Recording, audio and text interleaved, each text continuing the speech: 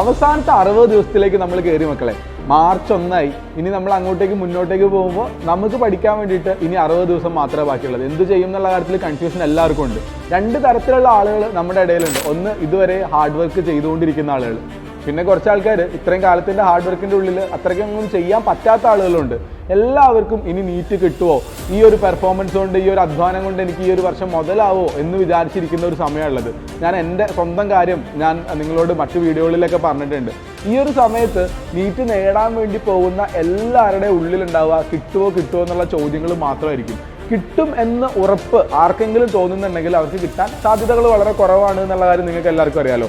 അപ്പോൾ നമ്മളെന്താ ചെയ്യുക, നമുക്കിപ്പോൾ കിട്ടുമോ ഇല്ലയോ എന്നുള്ള സംശയങ്ങളും നമ്മുടെ പേടികളും ഫിസിക്സ് ഇതുവരെ ശരിയായിട്ടില്ല എന്നുള്ള കാര്യങ്ങളും ഒക്കെ നമുക്ക് തോന്നിക്കൊണ്ടിരിക്കും. പക്ഷേ നമ്മൾ ഈ ഡൗട്ടുകളിലോ ഈ സെൽഫ് ഡൗട്ടുകളിലോ വീണ് പോകാനേ പാടില്ല എന്നുള്ളതാണ് പറയാനുള്ള കാര്യങ്ങൾ.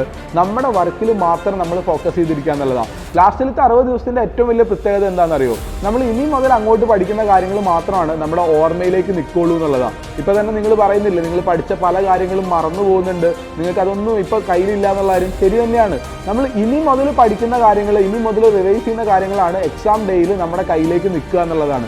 ഇപ്പോൾ 1ാം റാങ്കിൽ നിൽക്കുന്ന ഒരു കുട്ടിയാണെന്ന് വിചാരിക്കാം. ആ കുട്ടിയാണെങ്കിൽ പോലും ഇനി മുതൽ പഠിച്ചില്ലെങ്കിൽ ആ കാര്യങ്ങൾ മറന്നു പോകാനുള്ള സാധ്യതയുണ്ട് എന്നുള്ള കാര്യം നമ്മൾ എപ്പോഴും ഓർമ്മയിലുണ്ടാവണം. അതുകൊണ്ട് ഇനിയുള്ള പഠനം നമ്മൾ എന്ത് ചെയ്യണം, വളരെ ആവേശത്തോടു കൂടി കൊണ്ടുപോകണം. എല്ലാ വർഷവും ഗവൺമെൻറ് കോളേജിൽ അഡ്മിഷൻ എടുക്കുന്ന കുട്ടികൾ, ഇപ്പോൾ ഞങ്ങളടക്കമുള്ള ആളുകൾ എല്ലാവരും നമ്മുടെ അവസാനത്തെ ഒരു 45 ദിവസം 50 ദിവസം ഇൻറ്റൻസീവായിട്ട് പഠിച്ചിട്ടാണ് പല പാഠഭാഗങ്ങൾ, ഫോർ എക്സാമ്പിൾ ഓർഗാനിക് കെമിസ്ട്രി, ഫിസിക്സിൻ്റെ മെക്കാനിക്സ്, ഇലക്ട്രോസ്റ്റാറ്റിക്സ്, അങ്ങനെയുള്ള പ്രധാനപ്പെട്ട പോർഷൻസ് ഒക്കെ നമ്മൾ അവസാനത്തെ ദിവസങ്ങളിലാണ് അതിൻ്റെ ഒരു ഫൈനൽ ടച്ച് കൊടുത്തിട്ട് കൃത്യമായ രൂപത്തിലേക്ക് കൊണ്ടുവന്നിട്ടുള്ളത്.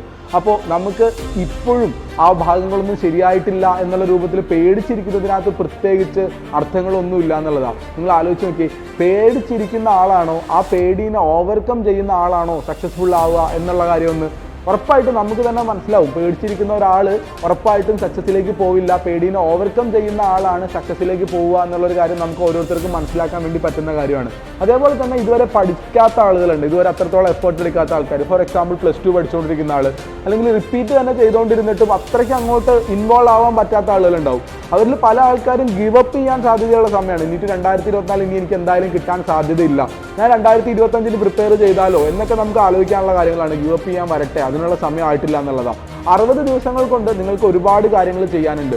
നിങ്ങൾക്ക് നീറ്റിനെ പറ്റിയിട്ട് ഇൻറ്റൻസീവായിട്ട് പഠിക്കാനും സിലബസ് മുഴുവനായിട്ട് കംപ്ലീറ്റ് ചെയ്തിട്ട് മൾട്ടിപ്പിൾ റിവിഷൻ എക്സാമുകൾ എഴുതി പരമാവധി മാർക്കുകൾ വാങ്ങാനൊക്കെയുള്ള സമയങ്ങൾ ധാരാളം ഉണ്ട്. ഇതിനെ പറ്റിയിട്ടുള്ള മുഴുവൻ ഡീറ്റെയിൽസും പറഞ്ഞു തരണ്ടേ? നിങ്ങൾക്ക് അറിയണം എന്നില്ലേ എന്തൊക്കെയാണ് എങ്ങനെയൊക്കെയാണ് പഠിക്കേണ്ടത്, ഓരോ സബ്ജക്റ്റിനും എത്രത്തോളം ഇമ്പോർട്ടൻസ് കൊടുക്കണം, ഓരോ സബ്ജക്റ്റിനും എത്രത്തോളം സമയം അലോട്ട് ചെയ്യണം, നമ്മുടെ ചിന്താഗതികൾ നമ്മൾ എങ്ങനെയാക്കണം, നമ്മുടെ ടൈം ടേബിൾ എങ്ങനെ സെറ്റ് ചെയ്യണം എന്നൊക്കെ നിങ്ങൾക്ക് അറിയണമെന്ന് ആഗ്രഹമില്ലേ?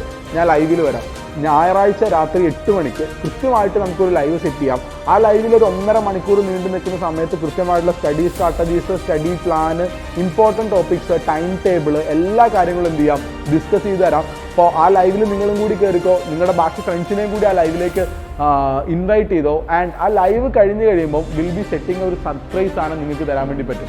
നമ്മുടെ ഏറ്റവും ഹൈലൈറ്റഡ് ആയിട്ട് സെറ്റ് ചെയ്തിട്ടുള്ള കുറച്ച് ക്വസ്റ്റ്യൻസ് ഉണ്ട്, നിർബന്ധമായിട്ടും വരും എന്നുള്ള രൂപത്തിൽ റോപ്പയിൽ റിപ്പീറ്റേഴ്സിനെ കൊണ്ട് നമ്മൾ പ്രാക്ടീസ് ചെയ്യിപ്പിക്കുന്ന ക്വസ്റ്റ്യൻ പേപ്പറിൻ്റെ ഒരു സെറ്റ് ഉണ്ട്.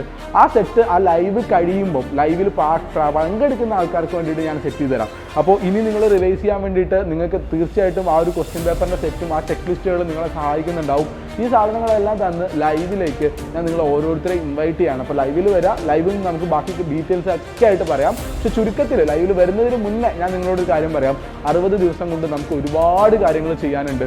ഈ ചെയ്യുന്ന കാര്യങ്ങൾ വെച്ചിട്ട് ഡെഫിനറ്റ്ലി ഇതുവരെ പ്രിപ്പയർ ചെയ്തുകൊണ്ടിരിക്കുന്ന എല്ലാവർക്കും, ഇതുവരെ പ്രിപ്പറേഷൻ തുടങ്ങിയിട്ടുള്ള എല്ലാവർക്കും ഉറപ്പായിട്ട് നീറ്റ് കിട്ടും എന്നുള്ള കാര്യം ഞാൻ ഗ്യാരണ്ടി തരാം. ബാക്കി എന്ത് ചെയ്യാം, നമുക്ക് ലൈവിൽ ഡിസ്കസ് ചെയ്യാം. So see you there. By.